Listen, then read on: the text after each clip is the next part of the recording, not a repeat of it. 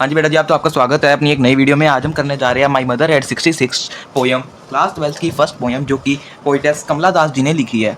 ये उन्हीं की मम्मी के बारे में पोएस है, वही इस चैप्टर के बताएंगे ऑथर है। ठीक है, तो शुरू करते हैं। चैप्टर का हमारी पोएम का फर्स्ट नेम है my mother at 66। About the poem, Kamala Das ji ने पोएम लिखी है। अब सबसे पहले आपने अगर ध्यान दिया हो या ना दिया हो, बिफोर यू रीड, हमें पोएम से पहले ये देखना चाहिए, क्योंकि ये हमें उसके बारे में बताता है कि थीम क्या है पोएम की। Ageing is a natural process, बूढ़ा होना एक नेचुरल प्रोसेस है। इससे हमें ओवरव्यू मिल रहा है चैप्टर का, मतलब कि पोएम का। Ageing is a natural process, have you ever thought what our elderly parents expect from us. क्या गेस किया कभी कि हमारे पेरेंट्स हमसे क्या चाहते हैं?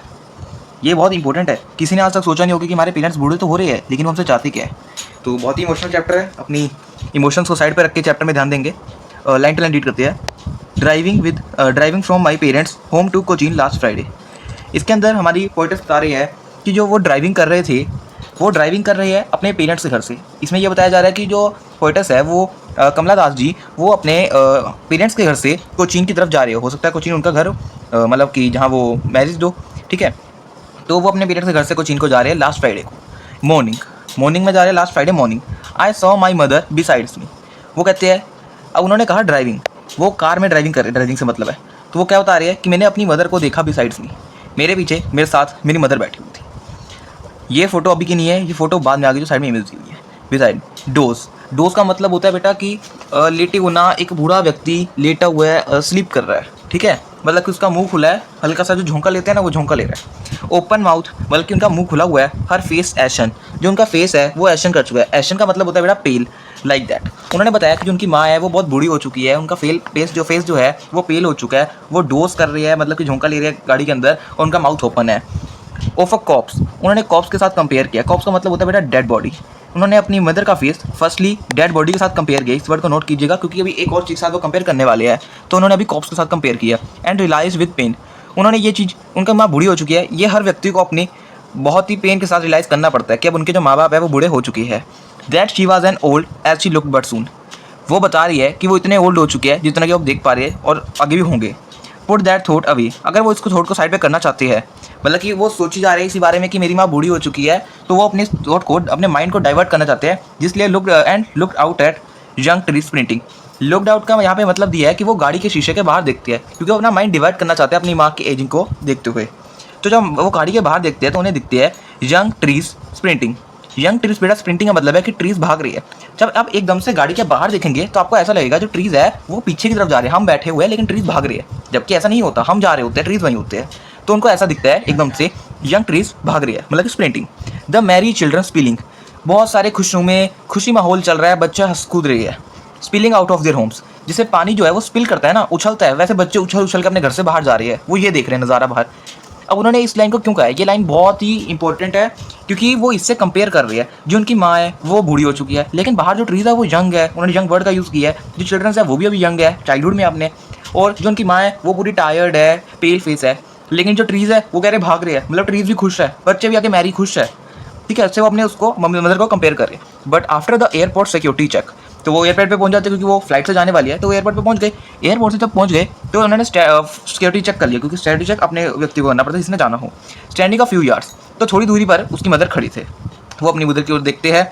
क्या था हमारी line, standing a few yards away, वो थोड़ी दूरी पर उसकी मदर खड़े थे।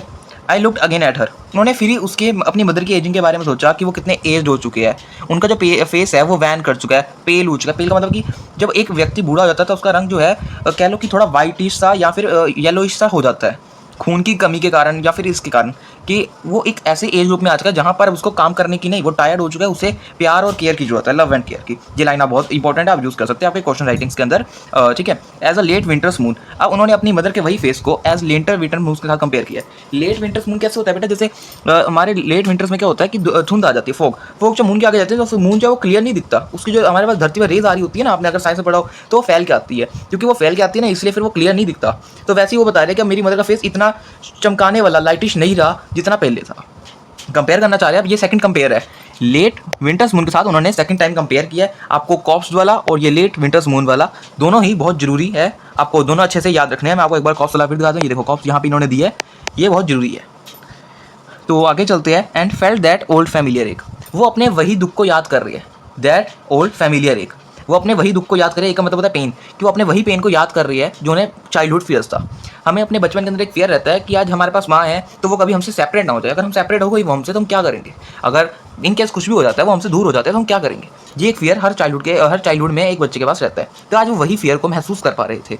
बट ऑल आई सेड वास, बट उन्होंने कहा सी यू सून अम्मा। ये लाइन भी बहुत इंपॉर्टेंट है in a long question, 6 marks question you can use this line.